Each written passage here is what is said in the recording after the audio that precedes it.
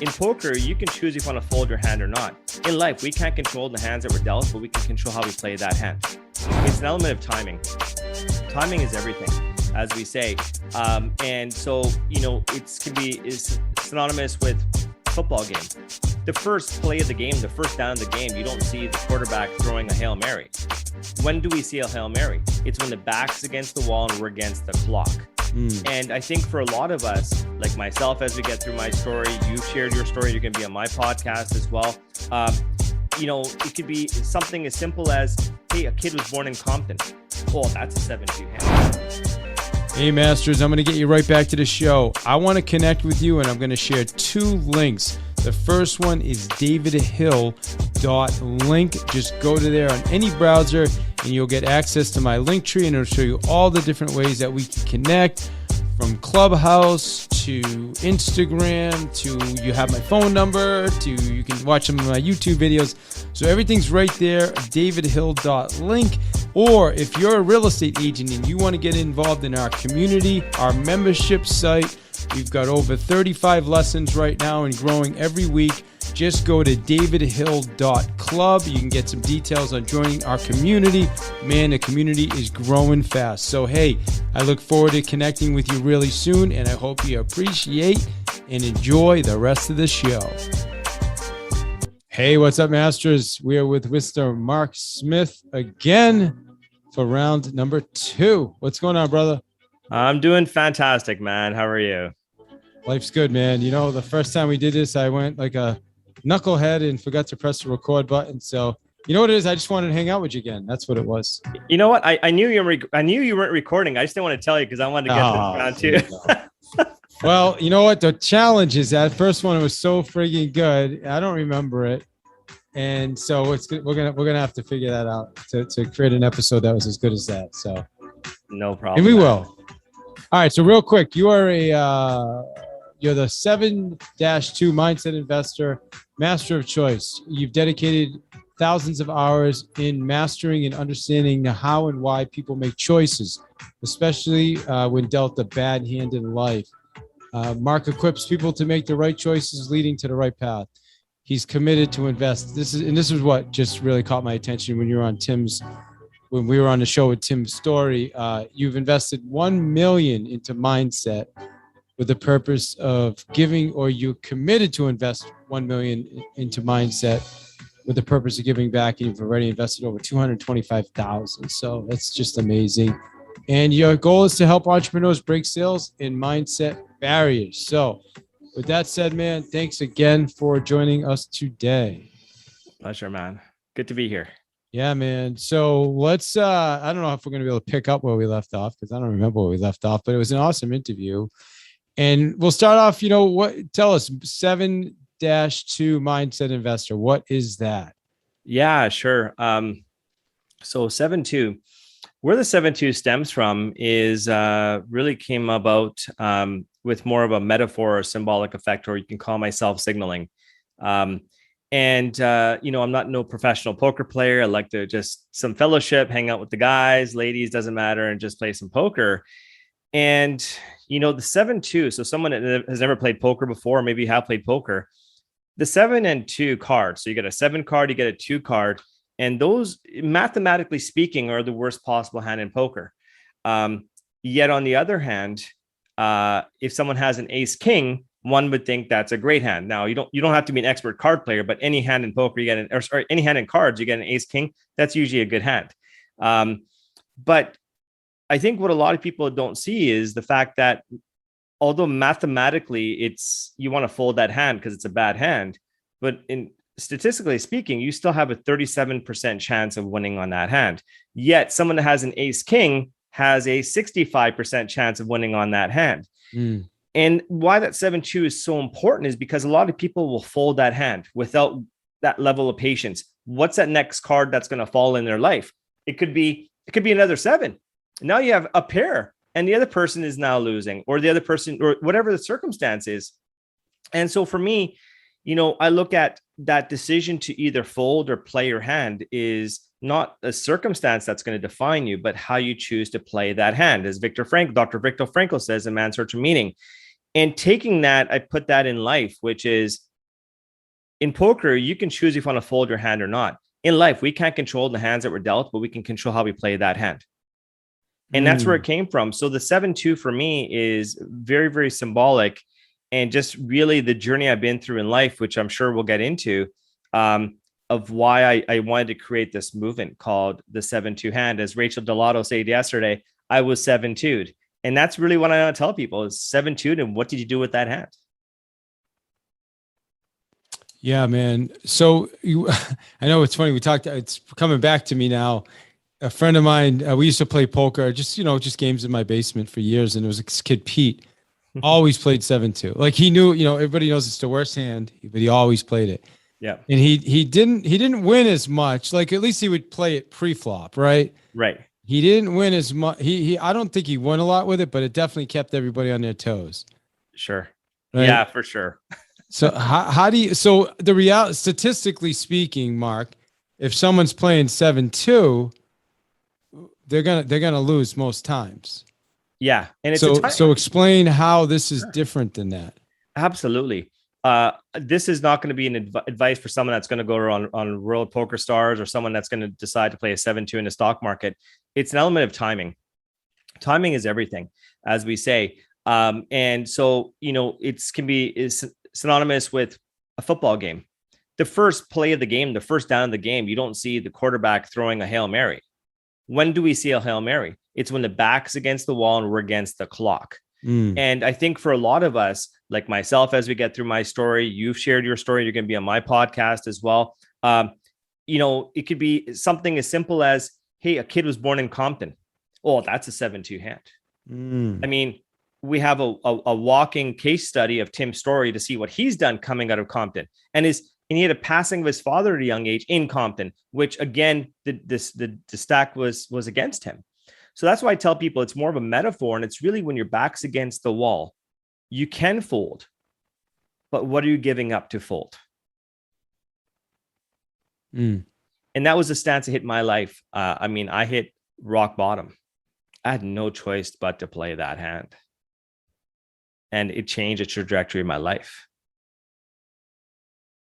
Because I quickly realized life is a game of uncertainty. You can have all the skill set you want. It's a game of uncertainty.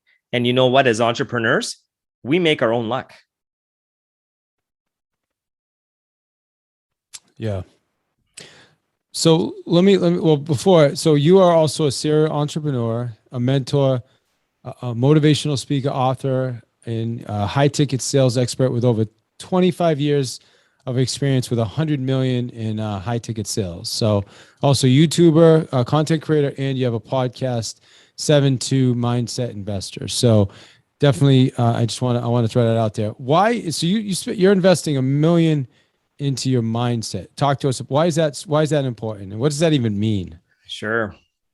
So maybe I'll back up the story and talk about where this is all evolved, because it just didn't happen overnight. I just didn't wake up one day saying investing $1 million in my mindset. So my background is when I graduated from school, I had the typical Indian background dream, or someone else's dream, which is to go become a doctor. I quickly burnt out in school, and I decided to become a respiratory therapist. So if someone doesn't know what a respiratory therapist, they're the ones that are saving many people during COVID. They're the ones that essentially control life support, control the ICU ventilators and so forth. Oh, wow. And so I did that in my late teens, early 20s. Well, I was 19, 20 years old. And what happened, David, is it was tough. I was the Grim Reaper, man. I killed 7 people. It wasn't my choice. I was just following orders from families and so forth, man. I've turned off the last breath on a 14-day-old child. I've turned the life off a 7-year-old child. I've had mothers come and slap my face and slap my chest and saying, "You've killed my child." I've had fathers spit in my face and threaten to kill me. I've had to be walked out to my vehicle because of the threats. I don't blame them. I have 4 kids myself. I can only imagine who's this dude in here turning off life support, and they got to shift their anger somewhere. So in my early 20s, I matured very quickly. I grew up too fast seeing this. My friend, we go to the bar. My friends would want to go party. I'd go in the corner. I'd drink myself. Just drink. Because I didn't know how to ease my pain. Because I wanted to help people, and I felt I couldn't help them. I could not help them. My hands were tied. And so I went on this journey of how can I help people? And through that, because these people were dealt 7-2s, I didn't even know what a 7-2 was. All I know is they were dealt bad hands. And then I went on this mission just to serve others and just to help others. But in doing so, I mean, I was still young and very immature. And so, I got into the whole high ticket sales. I was selling the ICU ventilators. So you can imagine during COVID, we're on the phone with the government, and like, this is a year and a half ago. And I just lived a high life, a lot of ego, expensive parties, expensive suits, man. I love my Tom Ford suits, and just lived the high life, man, partying every weekend, balls Cristal. But in actual fact, David, I was the richest man on the outside is what I felt like. But inside, I was the poorest human being. I was a broken human being. And you'll see this as well as being a realtor. There's people that will look at a property and they'll say, I don't want to buy it because it has a foundation crack. Yet they got the biggest ass foundation crack between their ears. And that's what they got to fix first. And when I hit rock bottom through a bad divorce, there was a lot of parental alienation. I spent a night behind bars due to false allegations. Luckily, faith kicked in and got me out. I said to myself, whatever I've done until now is not working. It's obvious. I have all this money. I have this, like, I lived in Naperville, just outside of Chicago. I had all this, but what do I have to show for it? I'm broken on the inside. And I quickly realized the only thing I haven't worked on is my mindset. And that's where the shift happened. And what I came to quickly realize is that the more I put into my mindset, the more return on investment I got. Yeah. And, if you read a book, you read 10 pages and you apply those 10 pages in a day, your return on investment like this has gone up. So then I just started pouring into that. And then I started, looking for the truth, looking for the Morpheuses everywhere, blue pill, red pill. Do you want to seek the truth? This is it. And I got into mastermind groups. I got mentors. I started working on my environment, and it's been tough, but I quickly realized if I invest $1 million into this, I'm going to be unstoppable. And thus far I've invested, it's about $230,000 now. Man, it feels good. It's tangible. And I don't have to look at my bank account. It's all about how I feel. Yeah. Well, what's interesting is on our first interview, that thing with the ventilators didn't come up, man. Yeah. Which is interesting. So yeah, I'm guessing that's something like I've got this childhood that, I dealt with a lot of stuff from my father, and, that's kind of been there, it's been there. In the last probably 15 years or so, I've worked on it through Landmark. And you familiar with Landmark by chance? I've heard of Landmark. Yeah, Landmark. It's some people probably Landmark's an education. It's a type of education. You go super deep, but and Tim's story helped me a lot with it too. So I'm guessing that working on your mindset has also helped you with that. So you've invested over $225,000. What would you say is the biggest change you've seen so far since investing? The biggest change was I stopped wasting time in trying to search for who I thought I was, and instead started creating who I want to become. That was the game changer for me. So talk to us about that. So you from who you thought you were to who you want to become. Yeah. I lived this in this false positive for all these years, thought I was doing what I was meant to do and so forth.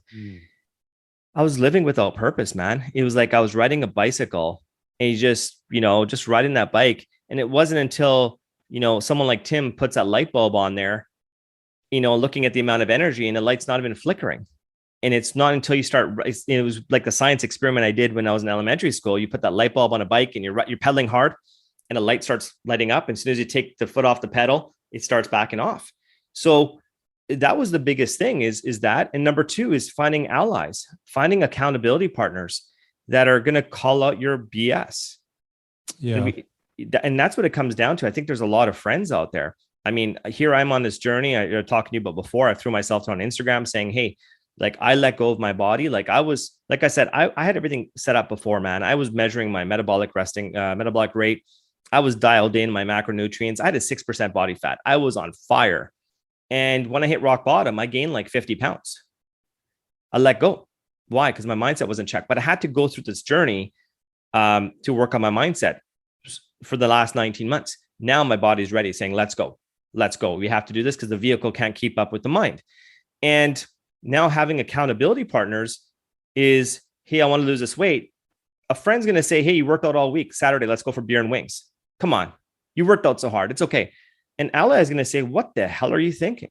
And it was that was the biggest thing, is really enlightenment. I'll call it that, enlightenment. It was just becoming really aware of my environment. And, you know, it's, I tell Tim this all the time. In fact, I was talking to Tim a little while ago. It's like someone like a Tim or one of your mentors, it doesn't matter who, Glenn Lundy, it doesn't matter. They got your six, right? They got you. They're watching your blind spot all the time, because before, the only thing that's watching our blind spot is our ego. And it is our blind spot. So I think for me, starting that investment journey into my mindset really unlocked the potential. It unlocked the potential, because all of us are energy, right? We have potential. And I can't remember if I was talking to you about this, but I ask people this is, where's the biggest source of energy in their zip code? People say, well, you know, they'll go back to mindset. But they'll say it's that most expensive community. And that's BS. The biggest untapped source of potential or energy force is a cemetery. Because how many dreams and energy and potential got buried 6 feet under? Because they weren't given permission to do so. So I'm on this very expensive drug, which is called mentorship now. Not a cheap drug of hope or dopamine. And the results are paying dividends right now. Yeah. So what, you know, Tim's a friend of both of ours. Tim did an exercise with me a couple months ago where he helped me see a few positive things in my childhood that I had never seen before, which was super interesting because I always carried it, you know, dragged it around like there was this ball and chain childhood, poor me, that I went through. And it was tough, you know, and it was a lot of bad, mostly bad, but he actually helped me find something positive, which was really weird. And once I saw that one positive thing, then it just kind of opened up a lot of other possibilities. It was just really wild how that happened. But I'm sorry for what you went through, man. That sounds really tough, man, to have to deal with that.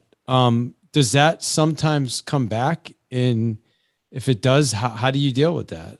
It reminds me kind of like when I start thinking about my childhood. Sure.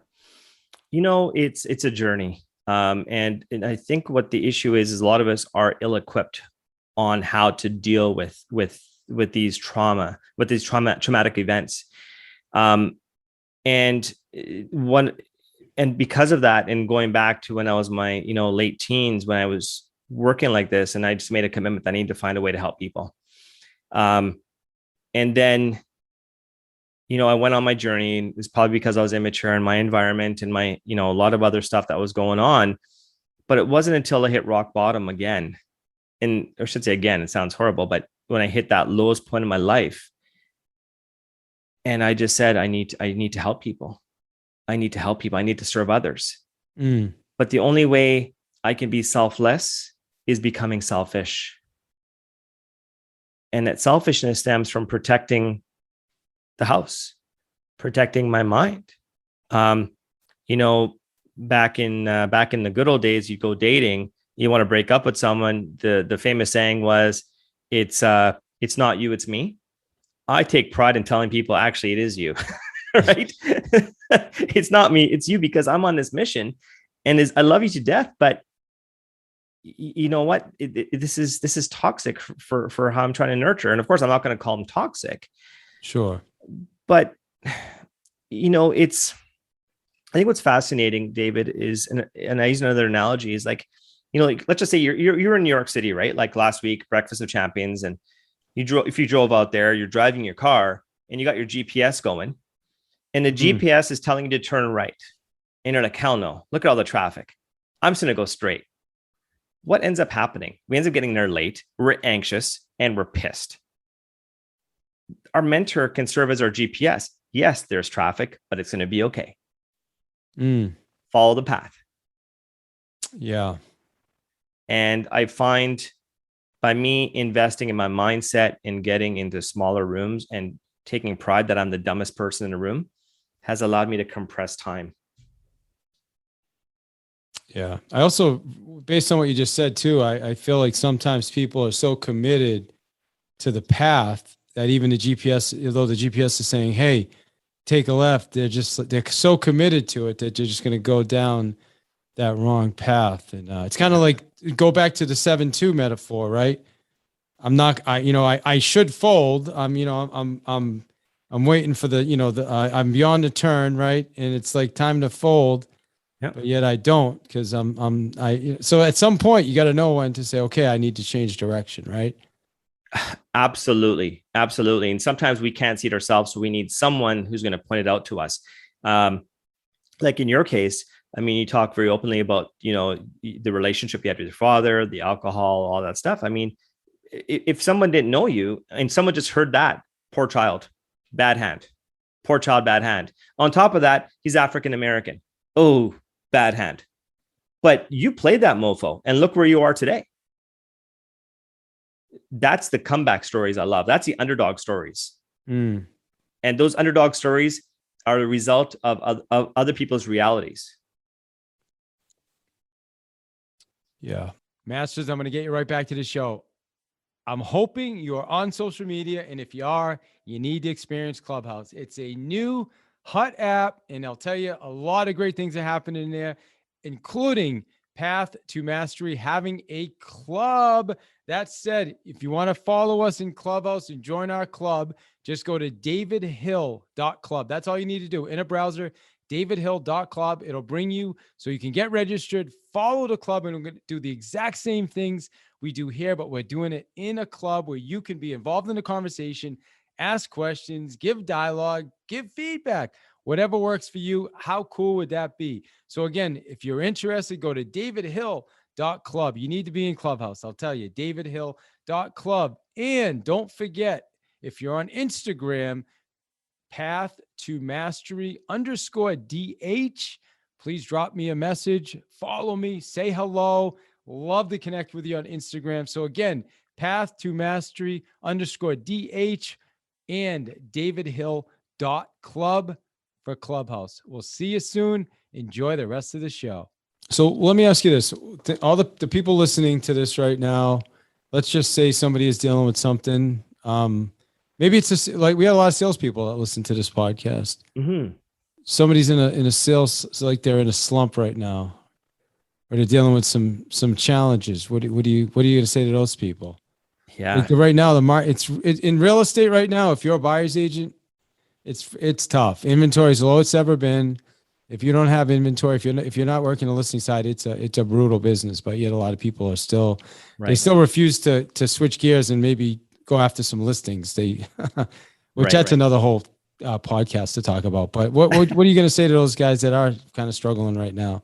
Sure, that are struggling. Yeah, so it's all in your head. That's what I'm going to tell people. It's all in your head. I actually wrote a book on this, and it's called The 5 Mindset Hacks for Sales. And one of them is, sales is the art of communication. One person I've really connected really well with, his name is Ron Malhotra, very, very successful businessman. I love what he says about sales and communication and so forth. There's like ethical persuasion versus manipulation, right? So what sales is the art of communicating. So first and foremost, get back to basics, which is, my mother used to say this to me when I was younger. You have 2 ears, 1 mouth. Shut the, she wouldn't say the F-bomb because my mom's so religious, but shut up and listen. So the key thing is there's a lot of salespeople that love to hear themselves talk. They just love to hear themselves talk. Oh yeah, but this. I've been in calls with some people that, when I was in that environment, we get in the elevator saying, what does the customer want? Oh yeah, they want this product. They want that product. They want this. I go, I wasn't even in the same room with you because you were doing all the talking. I don't know what they wanted. That's what you wanted to sell them. And they blew it. So, Chris Voss talks about this, about tactical empathy. So and I believe he was a guest on your show, wasn't he? Yeah, twice. And then we had him on Clubhouse as well. Yeah, he's awesome. Amazing. And so he talks about tactical empathy.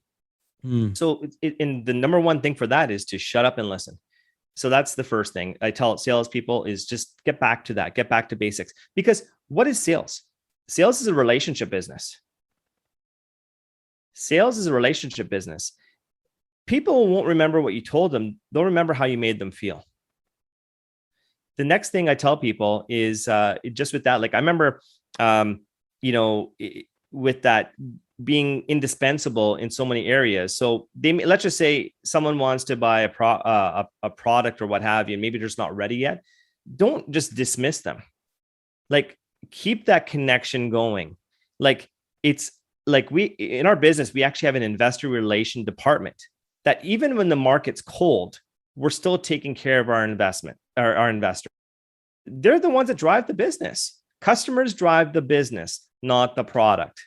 So take care of those that will, take care of you. Competition, knowing your competition. Your competition is the person you see in the mirror. So ask yourself, why is it cold right now? Why isn't it hot? What can I do? What can I do to improve myself? Guerrilla warfare. I call it guerrilla warfare in sales, which is really, really important because I tell people is that what took you to get to where you are today isn't what's going to take you to get to that next level. So in sales, I like guerrilla warfare, meaning that you don't have to abide by the rules of, hey, I got to do a call. I got to punch in my CRM. I'm going to go, this is the major account. Start, looking for that low-lying fruit. There's so much low-lying fruit out there. There's a lot of salespeople that it's their ego. They just want to get that big crack, that big whale. Crap. There's a lot of fish right here that we can feed ourselves with. So guerrilla warfare when it comes to sales is going to be critical. In my opinion, it's doing things to separate you than from your competitors. That's the name of the game. It's not who you know, but who knows you. That's it. Why did you say the biggest competition is the person in the mirror? Because if the person in the mirror, if you haven't improved from yesterday, if you're not the same person you were yesterday and improved, you lost a day of your life. Strive for excellence. Strive for improvement. Do an audit on yourself every day. And how do we do an audit on ourselves every day? Grace. Tim's told me this all the time. Man, it seems like it's a Tim Story episode, but he tells me all the time, it's like fill in the gaps with grace. Even if you're having a shitty day, at bedtime, sit down, look hard for that grace. And when you find that grace, you're creating more of a competitive self because you're improving.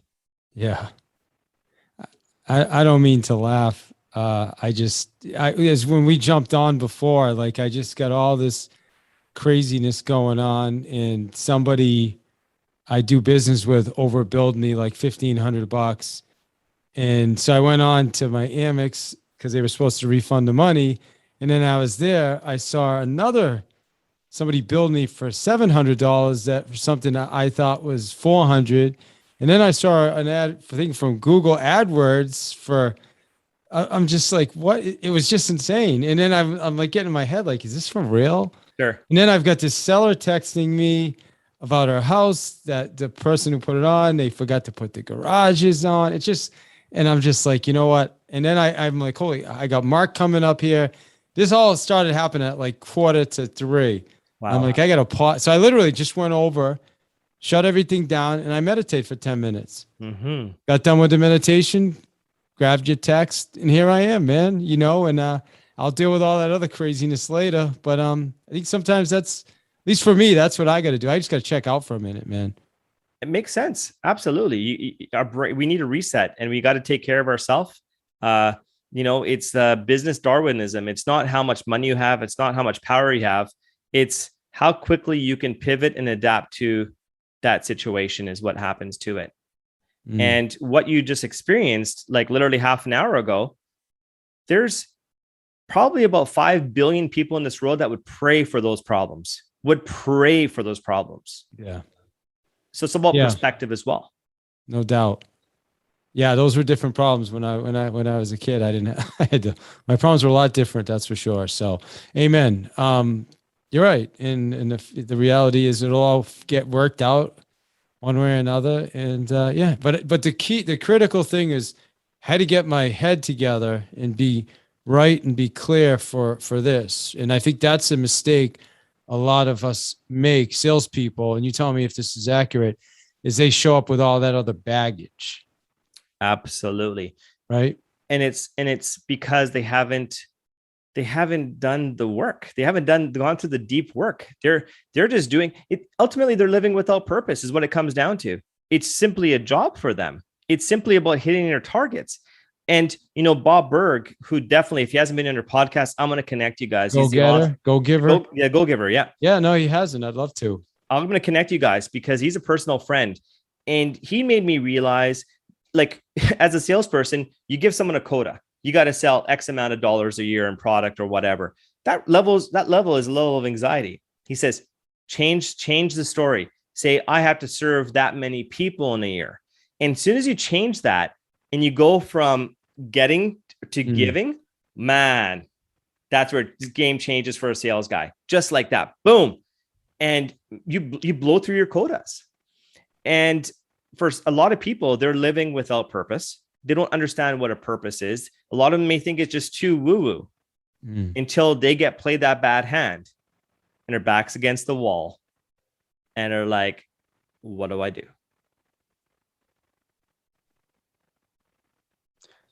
So what would you say is the biggest challenge you're seeing right now with when it comes to mindset?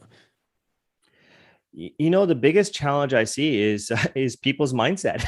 That's what it comes down to. Just straight out mindset. Straight up, I talk to people and they'll spend more time planning a 1 week vacation than planning their whole life.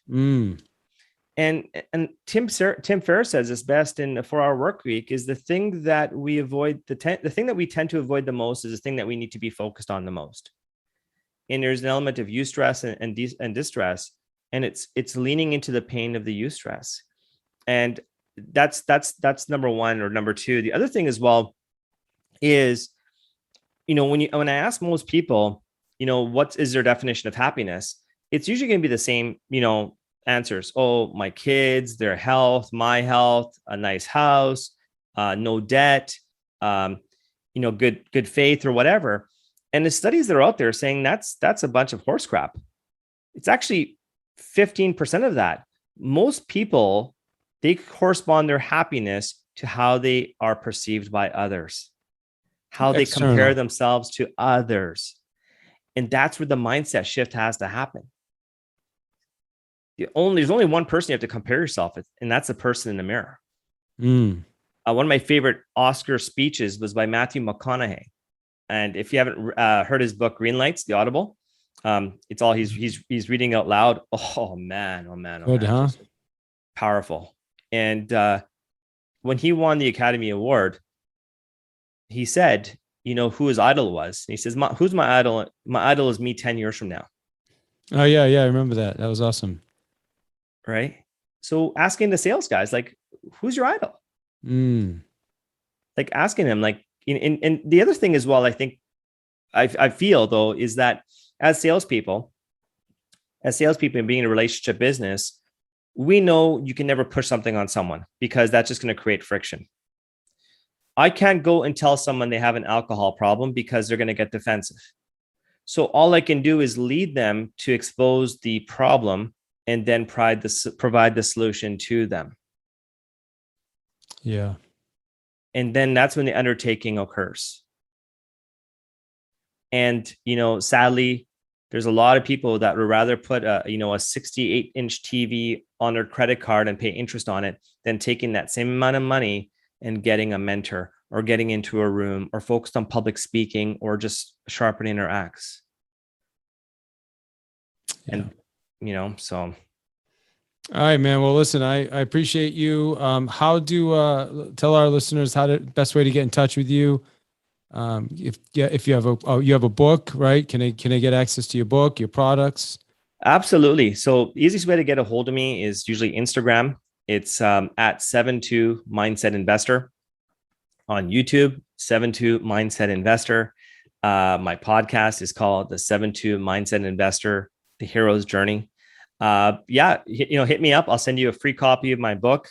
And love to connect. It's all about service and leading with value. So I just want to say thank you so much, David, for having me here today. 2.0, definitely worth it. Man. I love what you're doing, man. You're just you're just an amazing human being. You have a gift, and it's like a light. We got to keep that light shining, man. Well, I appreciate you saying that, and thank you, man. It's awesome to meet you, and looking forward to continuing. We're both, we have a mutual friend, which is awesome, and I'm sure we'll be doing more stuff. I'm looking forward to being on your podcast as well. Can't wait, man. I love the 7-2. I mean, now I don't play as much poker, but now every time the 7-2 pops up, I'm going to think about you and thinking about the mindset, and the hand. So I have not played 7-2s, but I was born with a 7-2. So I guess I have played it without knowing it, without being aware of it. So absolutely. You've been 7-2'd and look where you are today, man. Yeah. Amen. So what would you want everybody like listening, kind of like Mark's final thought for today? Take it home. What do you want everybody to take from this? Yeah. Biggest thing is, you don't let your circumstance define you. It's how you choose to respond that's going to define you. So make your own luck. That's it. Make your own luck. That's it. I love it, man. Amazing. Well, I appreciate you again. It's awesome to see you again. Second time was even better. And man, thank you. No problem, man. Thank you. Hey, Masters, I want to connect with you, and I'm going to share 2 links. The first one is davidhill.link. Just go to there on any browser, and you'll get access to my link tree, and it'll show you all the different ways that we can connect, from Clubhouse to Instagram to you have my phone number to you can watch some of my YouTube videos. So everything's right there, davidhill.link. Or if you're a real estate agent and you want to get involved in our community, our membership site, we've got over 35 lessons right now and growing every week.